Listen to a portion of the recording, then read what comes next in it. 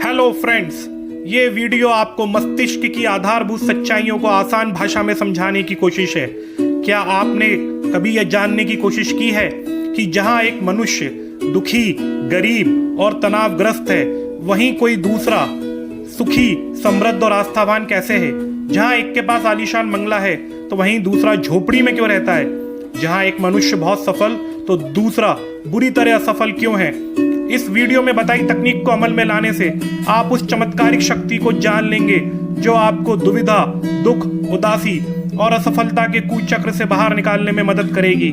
यह चमत्कारिक शक्ति आपको मंजिल तक पहुंचाने में मदद देगी, आपकी समस्याएं सुलझाएगी। यह आपको पुनः स्वस्थ, उत्साही और शक्तिशाली बनाएगी और आप एक सुखमय जीवन का आनंद ले पाएंगे।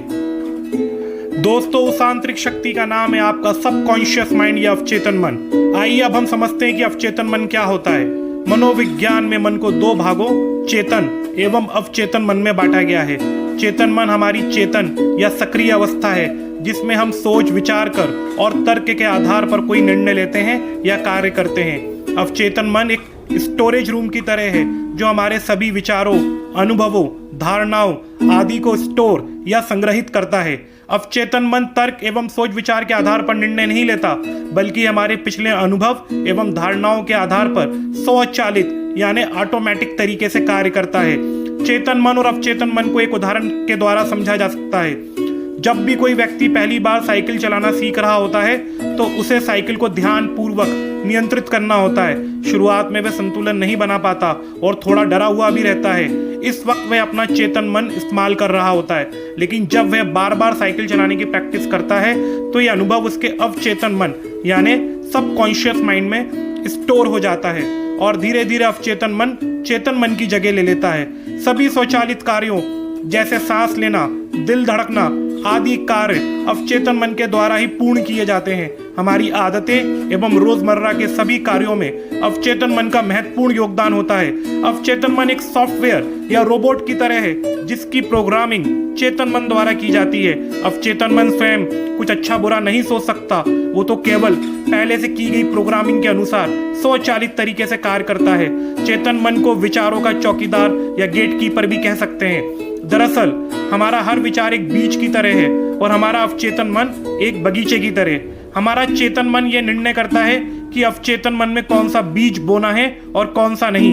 हम कभी कभी अनजाने में अपने अवचेतन मन की गलत प्रोग्रामिंग कर देते हैं। जैसे अगर मैं ये सोचता हूँ कि आज मैं ये वीडियो नहीं बनाऊंगा तो ये छोटा सा विचार धीरे धीरे मेरे कार्य को कल पर टालने की आदत बना सकता है।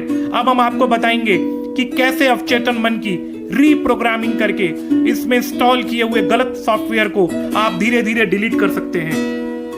दोस्तों, वैसे तो आप कई तरीकों से अपने अवचेतन मन को प्रभावित कर सकते हैं, पर जिस समय आप अपने अवचेतन मन को सबसे ज्यादा प्रभावित करते हैं वह समय है रात को सोने से ठीक पहले और सुबह उठने के ठीक बाद का समय। इस समय आप अपने नकारात्मक विचारों और अपनी आदतों को बड़ी आसानी से बदल सकते हैं। अब हम आपको जिंदगी के 3 प्रमुख आयाम दौलत, सेहत और सफलता को सबकॉन्शियस माइंड की ताकत से कैसे पाएं ये बताने जा रहे हैं। पहली है दौलत कमाना या अमीर बनना। सबकॉन्शियस माइंड की शक्ति है विश्वास।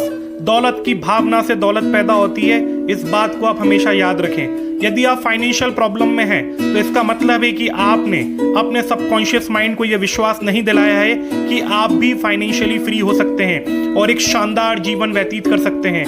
आप ऐसे लोगों को जानते होंगे जो हफ्ते में सिर्फ कुछ घंटे काम करते हैं लेकिन बहुत सारे पैसे कमाते हैं और वह बहुत ज्यादा मेहनत भी नहीं करते। इस बात पर विश्वास ना करें कि पैसे वाले बनने का तरीका खून पसीना बहाना और कड़ी मेहनत करना है, बल्कि वह काम करें जिससे आप प्यार करते हैं। बहुत से लोगों की आम शिकायत ये होती है कि मैं कई हफ्तों और महीनों से कह रहा हूँ मैं दौलतमंद हूँ, मैं अमीर हूँ, लेकिन कुछ नहीं हुआ। जब हमने उनसे बात करी तो ये पता लगा कि जब भी वो ये बात बोलते थे तब उन्हें मन ही मन खुद ही पे संदेह होता था और उन्हें लगता था कि वो खुद से झूठ बोल रहे हैं। दोस्तों, आपका सबकॉन्शियस माइंड आपके डर तथा आपके नेगेटिव स्टेटमेंट को आपकी इच्छा के रूप में एक्सेप्ट करता है, फिर ये अपने तरीके से काम शुरू कर देता है, जिससे आपके जीवन में देरी, कमी और लिमिटेशंस पैदा हो जाती हैं। इसलिए ऐसा ना करें। आप अपने सबकॉन्शियस माइंड को यह विश्वास दिला दें कि जो पैसा आपका है वो आपको हमेशा मिलता रहेगा। हमेशा याद रखें, सोने से पहले 5 मिनट तक दौलत शब्द धीरे धीरे और शांति से दोहराएं। ऐसा करने पर आपका सबकॉन्शियस माइंड आपके जीवन में दौलत ले आएगा। कॉन्शियस और सबकॉन्शियस दोनों मन सहमत होने चाहिए। आपका सबकॉन्शियस माइंड उस चीज को एक्सेप्ट करता है जिसे आप सच मानते हैं। हमेशा मजबूत विचार को एक्सेप्ट करता है। आपका मजबूत विचार गरीबी नहीं, अमीरी होना चाहिए। अपने सबकॉन्शियस माइंड में प्रॉस्पेरिटी, दौलत और सक्सेस के विचार जमा करें। दौलत का सच्चा सोर्स आपके विचार हैं। ये सोचे कि आप बहुत अमीर हैं। आपका सबकॉन्शियस माइंड आपके दावे को हकीकत में बदल देगा। अब हम बात करेंगे कि अपने अवचेतन मन की शक्ति से आप अच्छा स्वास्थ्य कैसे पा सकते हैं, और यदि बीमार हैं तो बीमारी से कैसे मुक्ति आपको मिलेगी। दोस्तों, बीमारी का मनोविज्ञान समझ ले। कोई भी बीमारी बिना मरीज के सहयोग के बिना नहीं चल सकती। ऊपर से वे इलाज करवाता रहता है, लेकिन गहन अवचेतन में गहरे आघात हैं, पुराने घाव है जिनका वे सामना नहीं करना चाहता और जिनकी वजह से वे बीमार रहना चाहता है या फिर वे मरना चाहता है। शरीर हमारा सेवक है और वो हमारा सखा भी। हम उसे जो संदेश देंगे वे वैसा आचरण करेगा। जैसे ही अवचेतन मन अपनी गुत्थियों को सुलझाता है, वह शरीर को संदेश देता है कि अब बीमार रहने की कोई जरूरत नहीं है। अगर आप में ध्यान की रोशनी हो तो आपका अवचेतन और शरीर नई बीमारियां पैदा नहीं करेगा। ईश्वर कभी किसी व्यक्ति की जिंदगी में बीमारी, अस्वस्थता, दुर्घटना अथवा विपत्ति नहीं भेजता। ये हमारे ही कर्म है जो हमारे नकारात्मक विचारों, कल्पनाओं पर सवारी कर हमने किए हैं। आंतरिक चेतना अथवा ईश्वर को आपसे कोई गिला नहीं है। ये चेतना आपके खिलाफ भी नहीं है। उल्टे, जब कभी आपको कहीं चोट लग जाए या आपकी हड्डी टूट जाए तो ये तुरंत उसे ठीक करने के काम में जुट जाती है। और यह भी आप जान लें कि ये जीवन शक्ति कभी आपको दंड नहीं देती, बशर्ते कि हम कोई लापरवाही ना करें और प्रकृति के विरुद्ध कोई कार्य ना करें। आपको करना सिर्फ यह है कि आप अपने स्वस्थ एवं निरोगी शरीर का नक्शा अपने चेतन मन में बनाइए और पूर्ण विश्वास करिए कि यह आप ही है। जब आप रात को बिस्तर पर सोने की तैयारी कर रहे होते हैं, उसी समय आप बार बार निम्न बातों को दोहराएं। आप यह बोलें कि मेरा समस्त शरीर, इसके सभी अंग प्रत्यंग ईश्वर की असीम कृपा एवं अवचेतन मन की विलक्षण बुद्धि ने बनाए हैं। यही जानता है कि मेरा उपचार कैसे किया जाए। ये शक्ति मेरे अस्तित्व की हर कोशिका को बदल रही है और मुझे वापस स्वस्थ बना रही है। मैं इस उपचार के लिए ईश्वर एवं अपने सबकॉन्शियस माइंड को बारंबार धन्यवाद देता हूँ। हो सकता है कि इस बात को आपको कुछ दिन बार बार दोहराना पड़े, परंतु इसमें आपको सफलता अवश्य मिलेगी। ऐसा आप सुबह तत्काल सोकर उठने के बाद भी कर सकते हैं। वैज्ञानिकों का मानना है कि सोते समय एवं सोकर उठने के तत्काल बाद, जिसको हम तंद्रा अवस्था बोलते हैं, वो एकदम सही वक्त है अवचेतन मन में कुछ भी उगाने का, क्योंकि इस समय वहाँ किसी भी प्रकार के नकारात्मक विचार नहीं होते। हाँ, इतना अवश्य याद रखें कि उस समय भूल कर भी अपनी बीमारी को याद ना करें। इस कल्पना में अपने आप को आप पूर्ण स्वस्थ मानकर वह सब काम करें जो एक स्वस्थ व्यक्ति कर सकता है।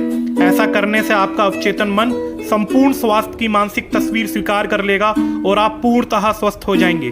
दोस्तों, अब बात करते हैं हम अंतिम और महत्वपूर्ण आयाम की, और वह है सफलता। आपका अवचेतन मन सफलता में साझेदार कैसे है, आइए हम आपको समझाते हैं। दोस्तों, सक्सेसफुल लोग स्वार्थी नहीं होते। जीवन में उनकी इच्छा ह्यूमैनिटी की सेवा है। सक्सेसफुल व्यक्तियों के पास साइकोलॉजिकल और स्पिरिचुअल समझ होती है। इस धरती पर शांति, खुशी और सुख पाने को सक्सेस या सफलता का नाम दिया जा सकता है। सफलता की पहली सीढ़ी उस काम का पता लगाना है जिससे आप प्यार करते हैं। जब तक आप अपने काम से प्यार नहीं करेंगे, तब तक आप सफल नहीं हो पाएंगे।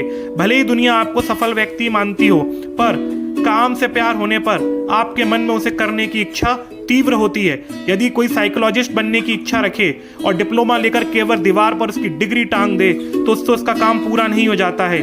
उसका काम पूरा करने के लिए उसे क्लिनिकों में जाना पड़ेगा, मॉडर्न साइंटिफिक जर्नल्स पढ़ने होंगे। यदि ये शब्द पढ़कर आप ये सोचने लगे कि मैं पहला कदम नहीं उठा सकता क्योंकि मैं तो ये जानता ही नहीं हूँ कि मुझे करना क्या है, मुझे ये पता ही नहीं है कि मैं किस काम से प्यार करता हूँ, तो गाइडेंस के लिए प्रार्थना करें और कहें कि मेरे सबकॉन्शियस माइंड की असीमित इंटेलिजेंस जीवन में मेरी सच्ची जगह मेरे सामने पैदा कर रही है। इस प्रार्थना से धीरे धीरे आपको पॉजिटिव उत्तर मिलने लगेंगे। दूसरी सीढ़ी है किसी काम में विशेषज्ञता यानी कि स्पेशलाइजेशन प्राप्त करना और उसमें सर्वश्रेष्ठ बनने की इच्छा रखना। सफलता का तीसरा नियम यह है कि आप जो भी करना चाहें वे सिर्फ आपको सफल ना बनाए बल्कि इससे मानवता की भी सेवा होनी चाहिए। आज के कई महान बिजनेसमैन सफलता के लिए सबकॉन्शियस माइंड के सही उपयोग पर बल देते हैं। वे किसी आने वाले प्रोजेक्ट को इस तरह देखते हैं जैसे वे पहले ही पूरा हो चुका हो। उसकी साकार तस्वीर देखने और अपनी प्रार्थनाओं के रिजल्ट को महसूस करने के बाद उनका सबकॉन्शियस माइंड उस प्रोजेक्ट को बहुत जल्दी पूरा कर देता है। ये चीजें आपको सिर्फ सबकॉन्शियस माइंड की चमत्कारी शक्ति द्वारा ही मिल पाएंगी। आप चाहे जो काम करते हो, आपके अपने सबकॉन्शियस माइंड के नियम आपको अवश्य सीखने चाहिए। धरती आसमान में ऐसी कोई शक्ति नहीं है, ऐसा कोई कार्य नहीं है जो आपको सफलता तक पहुंचने से रोक सके।